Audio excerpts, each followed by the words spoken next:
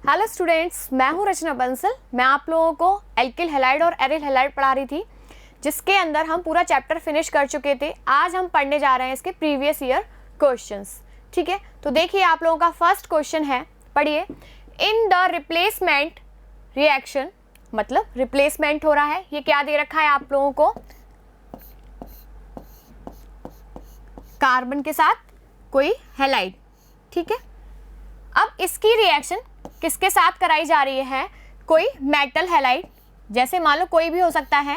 अब ये metal halide है, ये एम क्या है वो ये पूछ रहा है आपसे। The reaction will be most favourable, जब रिएक्शन कैसी हो, मोस्ट फेवरेबल हो, तब ये एम क्या होगा ये पूछ रहा है आपसे। तो बताइए क्या होगा। अब देखिए ये वाला बॉन्ड और ये वाला बॉन्ड, ठीक है, इन दोनों के बीच में ये वाला बॉन्ड फॉर्म होना चाहिए, मतलब एम और आई का बॉन्ड फॉर्म होना चाहिए। ठीक है, कब बनेगा, जब हमारी मेटल का साइज कैसा होगा, बड़ा होगा, मतलब जो ये वाला आयोडीन निकल जाए और इसकी जगह क्या आ जाए, फ्लोराइड आ जाए। ठीक है, फ्लोरीनेशन हो जाए। यहाँ पर देखिए यही तो बन रहा है, और यहाँ पर एम का साइज पूछा है, तो एम और एफ का बॉन्ड कब इजीली ब्रेक होगा, कब होगा, जब एम का साइज बड़ा होगा, क्योंकि एम का साइज बड़ा होगा तो इंटरन्यूक्लियर डिस्टेंस ज़्यादा हो जाएगी। और हमने ये पढ़ चुके हैं कि जो जितना ज़्यादा लंबा बॉन्ड होता है उसको तोड़ना उतना ही इजी होता है। जैसे इस पेन को तोड़ना ज़्यादा इजी है एज कंपेयर टू दिस। ठीक है, तो अब इसके अंदर देखिए जिसका साइज, किसका साइज बड़ा होता है, ये हम अच्छे से पढ़ चुके हैं। एस ब्लॉक एलिमेंट्स इनऑर्गेनिक वाली मैम बहुत अच्छे से पढ़ा चुकी हैं आप लोगों को। तो देखिए ली ना, तो सबसे बड़ा साइज किसका है, आरबी का, रुबीडियम का, यही तो है इसका ऑर्डर, हाइड्रोजन आता है। ठीक है, तो सी आंसर अपना करेक्ट हुआ। आया समझ में, देखिए C. When chlorine is pass through propene at 400 degree centigrade, which of the following is formed. अब प्रोपीन की स्ट्रक्चर बना ले। अब इसने कोई नंबर नहीं दे रखा, तो डबल बॉन्ड कहाँ आएगा, फर्स्ट पोजीशन पर। ठीक है, अब यहाँ पर CH2 और यहाँ CH, ये अपना क्या हुआ, प्रोपीन। 1 2 3 3 कार्बन का प्रोपीन हुआ। अब ये हमें क्या दिख रहा है, इसके साथ इसके कैसे हैं, डबल बॉन्ड वाले रिलेशन है, लेकिन इसके साथ इसके कैसे हैं, विनाइल वाले। और जो विनाइल पोजीशन पर हाइड्रोजन होता है वो कैसा होता है, ज्यादा एक्टिव होता है। इसने बोला है क्या करा रहा है, क्लोरीनेशन, तो क्लोरीनेशन कराएगा, और कितने डिग्री सेंटीग्रेड टेम्परेचर पर, 400 डिग्री सेंटीग्रेड टेम्परेचर पर। तब क्या होगा, इस पोजीशन पर क्लोरीनेशन हो जाएगा। देखिए CH2 double bond CH CH2 Cl, ये फॉर्म कर लेगा, करेगा। तो इसका नाम क्या है, एलाइलिक क्लोराइड, तो allyl chloride, B answer correct हो। Elimination reaction of two bromopentane, two bromopentane की एलिमिनेशन रिएक्शन करानी है टू फॉर्म पेंट 2ene। ठीक है, देखते हैं 2-ब्रोमोपेंटेन फॉर्म करते हैं, 1 2 3 4 5। ठीक है, इधर चला गया है, कोई प्रॉब्लम तो नहीं है। ठीक है, इधर देख लेते हैं। 2-ब्रोमोपेंटेन है, सेकंड पोजीशन पर ब्रोमीन लगा हुआ है। ठीक है, अब अपन इनके हाइड्रोजन्स लगा देते हैं, यहाँ 2, यहाँ एक और, ये 2, इधर 2 आ गया और इधर 3। ठीक है, अब इससे क्या बनाना है अपन को, पेंट 2ene फॉर्म हो रहा है, CH3 CH, सेकंड पोजीशन पर इसने क्या बोला है, इन, तो सेकंड पोजीशन पर ये, और इसके बाद CH2 CH3, यही तो हुआ। 1 2 3 4 5, इसका नाम क्या हुआ, पेंट 2ene। हमने 5 कार्बन की चेन सेलेक्ट की, देन हमें नाम मिल गया। अब जी क्या हो रहा है, इसके अंदर एक तो क्लोरीन निकल रहा है, सॉरी एक तो ब्रोमीन निकल रहा है, और साथ में एक हाइड्रोजन यहाँ से निकल रहा है, यहीं से निकल रहा है। अब एक हाइड्रोजन का निकलना और एक हेलोजन का निकलना क्या कहलाता है, डिहाइड्रो हेलोजिनेशन रिएक्शन, तो ये सही है अपना। ठीक है, अब देखिए इसके अंदर इधर से भी कंडीशन थी कि इस साइड से भी हाइड्रोजन निकल सकता था, लेकिन जब इस साइड से निकलता था तब ये सैटजेफ रूल को फॉलो नहीं कर रहा था। लेकिन जब इस साइड से निकल रहा है, इसमें इस साइड से हाइड्रोजन निकल रहा है, तब ये किसको फॉलो कर रहा है? सैटजेफ रूल को। तो बी आंसर करेक्ट है। और इसको क्या बोलते हैं? बीटा पोजीशन का हाइड्रोजन एलिमिनेट हो रहा है तो बीटा एलिमिनेशन रिएक्शन भी बोलते हैं। तो अपना आंसर क्या हुआ? ए, बी और सी। समझ में आया? ठीक है। नेक्स्ट है आप लोगों का कंसीडर द रिएक्शन। ये रिएक्शन हो रही है, ठीक है, इसके अंदर ये वाला प्रोडक्ट फॉर्म हो रहा है और सोडियम ब्रोमाइड बन रहा है। This reaction will be the fastest in. अब ये कौन से सॉल्वेंट के अंदर कराई जाए कि ये फास्ट रिएक्शन हो? तो कौन सा सॉल्वेंट लिया जाएगा? सी, NN डाइमिथाइल फॉर्मेमाइड। क्यों? क्योंकि ये प्रोटिक सॉल्वेंट नहीं है। विच of the following biphenyls is optically active. अब इसमें हमने ये देखना है कि ये बाइफिनाइल्स हैं, इसमें एक्सियली रोटेशन मिलता है, इसके थ्रू ये रोटेट करते हैं, ठीक है, C2 एक्सिस के थ्रू रोटेट करते हैं, उसकी वजह से ये क्या होते हैं? ऑप्टिकली एक्टिव होते हैं। लेकिन इनके लिए भी कंडीशन होती है ऑप्टिकली एक्टिव होने के लिए। जैसे ये वाला है और इससे हाइड्रोजन जुड़ा हुआ है, ठीक है, यहाँ पर भी हाइड्रोजन जुड़ा हुआ है, ठीक है। एक तो ये आयोडीन और हाइड्रोजन, मतलब यहाँ A और B, ये दोनों इक्वल नहीं होने चाहिए, ठीक है, तब ये ऑप्टिकली एक्टिव होगा। दूसरा, ये जो दोनों एटम्स होते हैं आयोडीन और हाइड्रोजन, ये कैसे होने चाहिए? बल्कि ग्रुप होने चाहिए, बड़े होने चाहिए, ताकि इसमें इनके रोटेशन को ये रोक पाए, इसमें फ्रीली रोटेशन ना हो। तो अब देखिए, हाइड्रोजन छोटा है, आयोडीन बड़ा है, लेकिन हाइड्रोजन छोटा है, इसकी वजह से ये एक्टिविटी शो नहीं करेगा। अब इसके अंदर देखिए CH3 दोनों सेम आ गए, यहाँ पर भी हाइड्रोजन, तो ये तो बिल्कुल भी नहीं होगा, ठीक है। अब इसके अंदर देखिए, यहाँ पर हाइड्रोजन है, यहाँ पर भी हाइड्रोजन है, यहाँ हाइड्रोजन है, ये भी हाइड्रोजन है, ये भी नहीं होगा क्योंकि छोटे छोटे ग्रुप हैं, इजीली रोटेट हो जाएगा।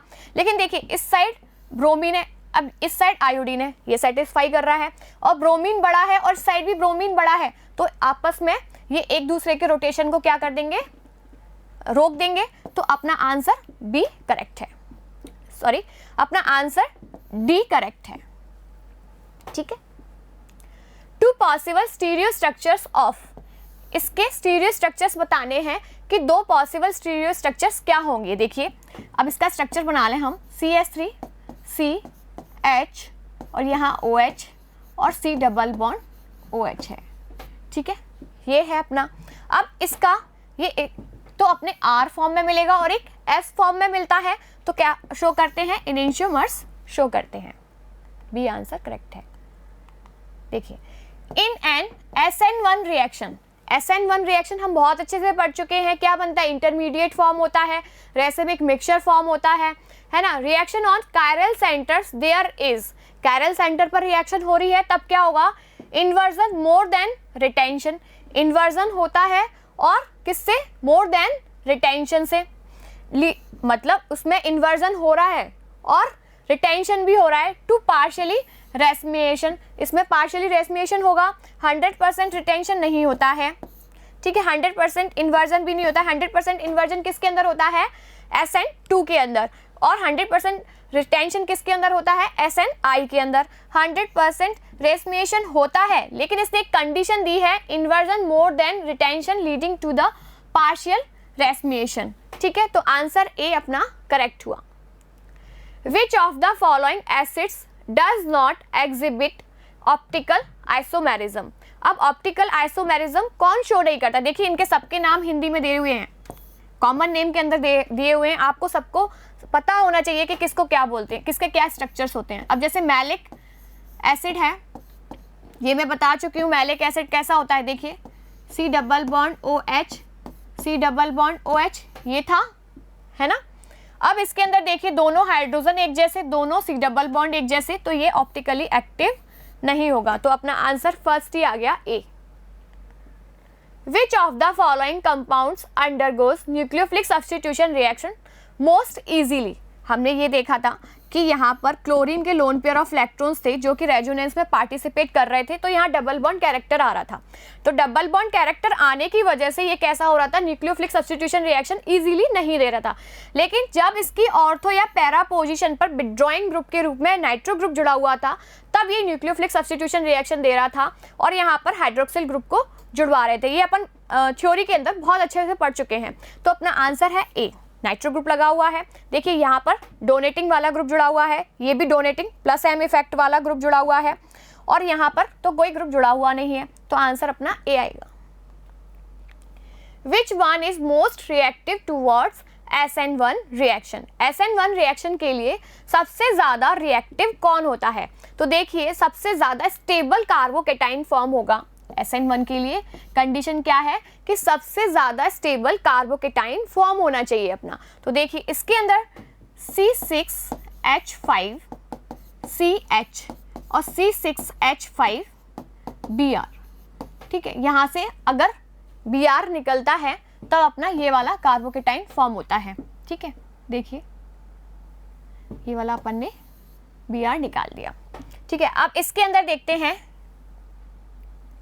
C6CH3, तो इसके अंदर क्या बनेगा, देखिए ये वाला कार्बोकेटाइन फॉर्म होगा CH3, ये सेकंड वाला बन रहा है। अब इसके अंदर देखते हैं तो टर्शरी बन रहा है C6H5CH3 C6H5Br, बना के बताएं लीजिए। C6H5CH3 C6H5 मैंने Br निकाल दिया, तो ये कौन सा बन रहा है, tertiary.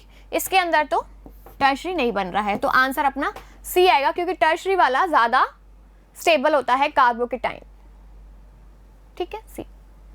In the following reaction, ये रिएक्शन हो रही है, इसकी रिएक्शन किसके साथ कराई जा रही है, मैग्नीशियम और ईथर। तो इसकी प्रेजेंस में क्या बन जाएगा, इसका ग्रिग्नार्ड रिएजेंट। देखिए थोड़ा सा साइड कर देते हैं, 1 minute.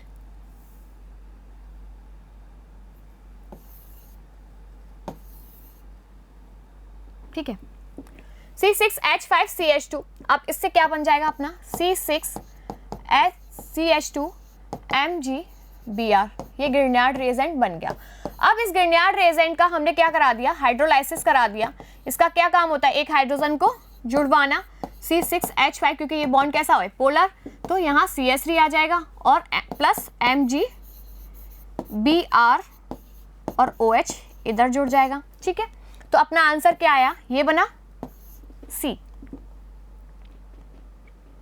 Which of the following reaction is an example of nucleophilic substitution reaction? तो देखिए ये वुड्स फिटिंग रिएक्शन है, इसमें एल्किल हैलाइड के अपन ने 2 मॉलिक्यूल लिए हैं, ठीक है। यहाँ RR जुड़ गया है, तो ये तो नहीं होगी। RX, अब इससे हाइड्रोजन जुड़ रहा है, इसने बोला है example of nucleophilic substitution reaction. अब इसके अंदर न्यूक्लियोफाइल हटा रहा है क्या, नहीं, तो ये भी नहीं होगा। अब इसके अंदर Mg, ये तो Mg सीधा जुड़ रहा है, तो ये भी नहीं होगी। RX, ठीक है, इसमें KOH की प्रेजेंस में रिएक्शन हो रही है और OH माइनस आकर इस पर अटैक कर रहा है और X को हटा रहा है, तो ये अपनी कौन सी हुई, nucleophilic substitution reaction. D answer correct हुआ।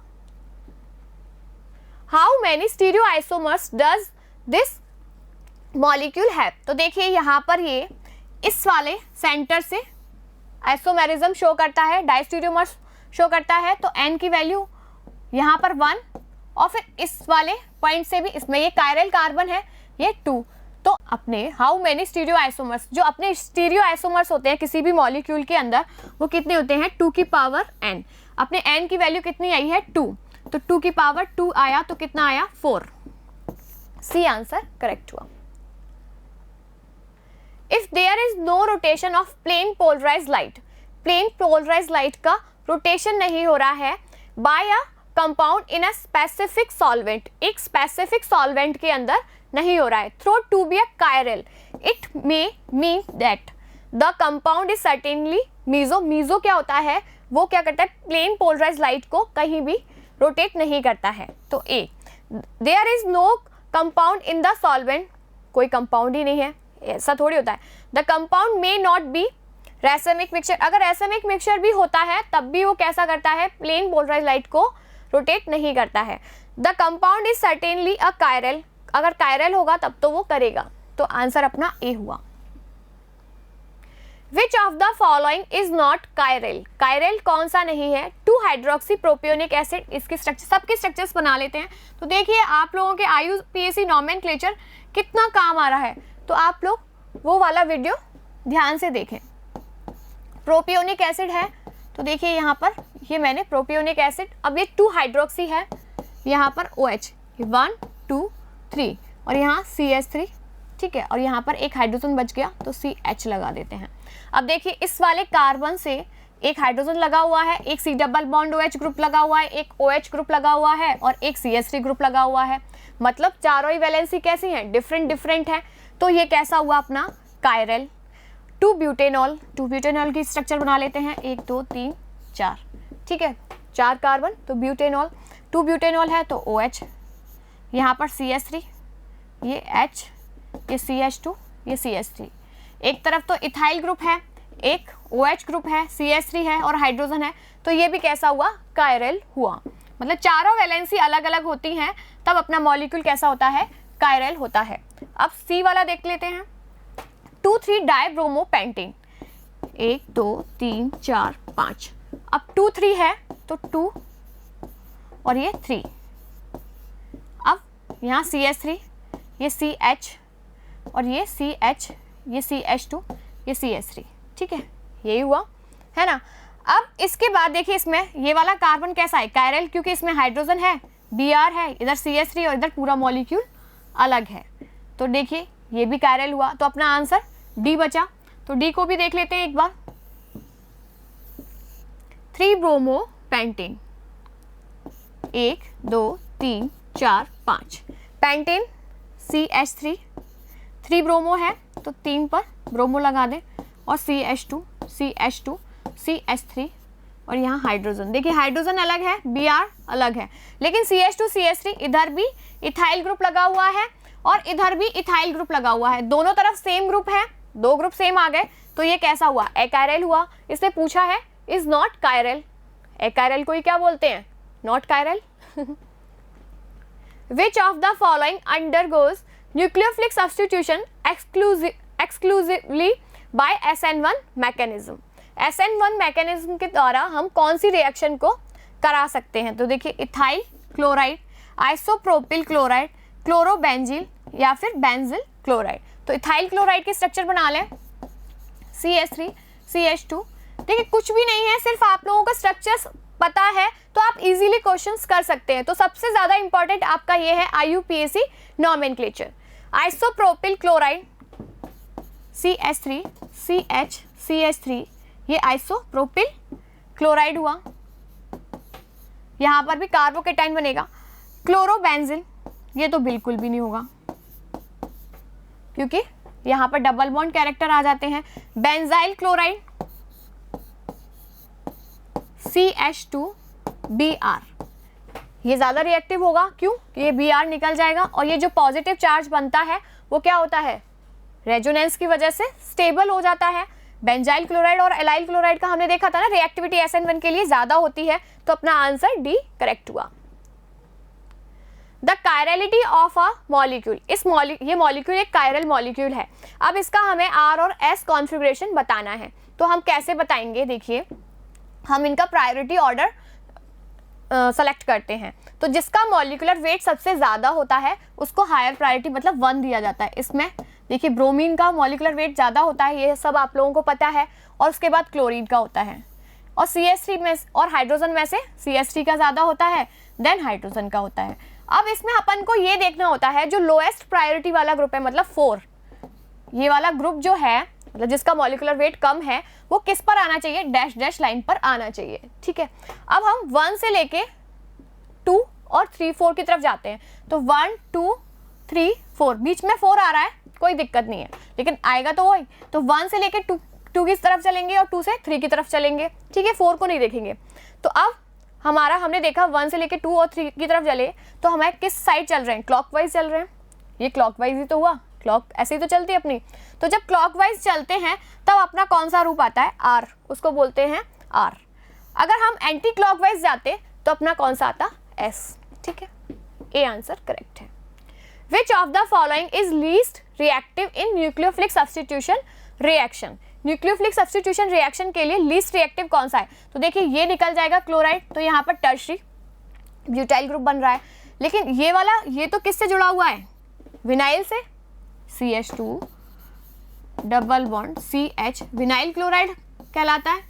ठीक है, तो यहाँ पर क्या आ जाता है? डबल बॉन्ड कैरेक्टर, तो ये सबसे कम रिएक्टिव होता है। अब इसकी बात करते हैं, ये कौन सा हुआ? CH3, एक मिनट, यहाँ पर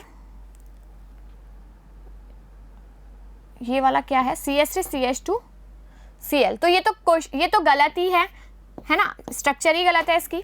और इसका देखते हैं CH2 डबल बॉन्ड CH, ये तो एलाइलिक क्लोराइड है, तो ये सबसे ज़्यादा रिएक्टिव होता है। ठीक है, तो अपना आंसर बी करेक्ट हुआ।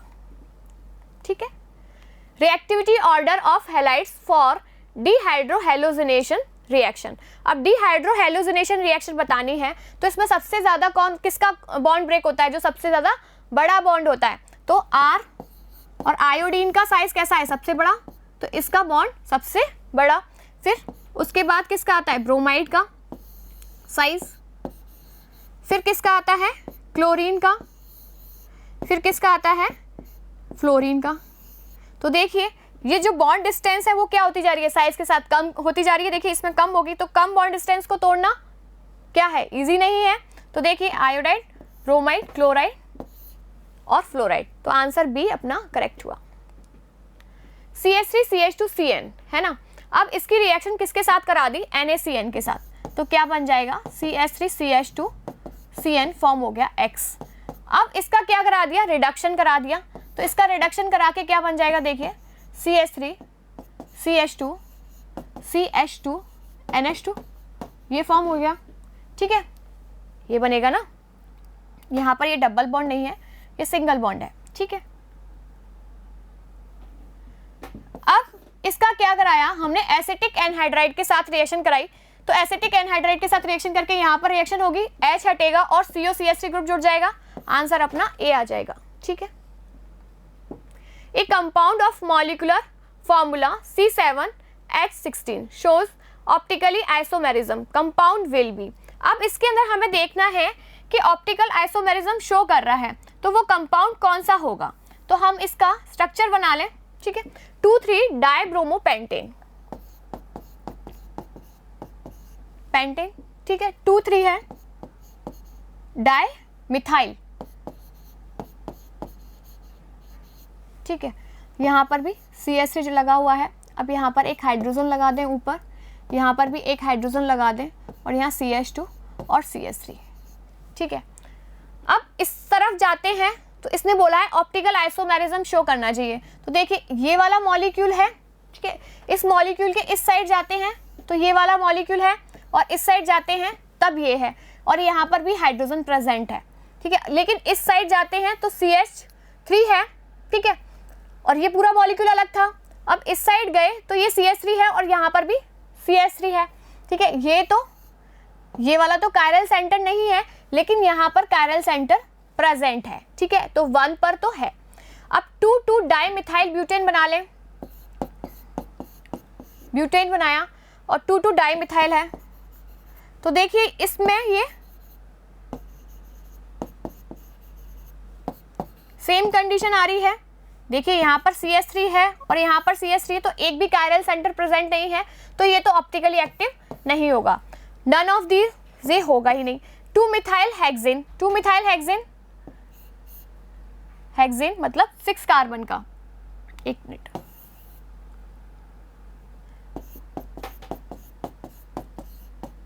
एक, 2, 3, 4, 5, 6।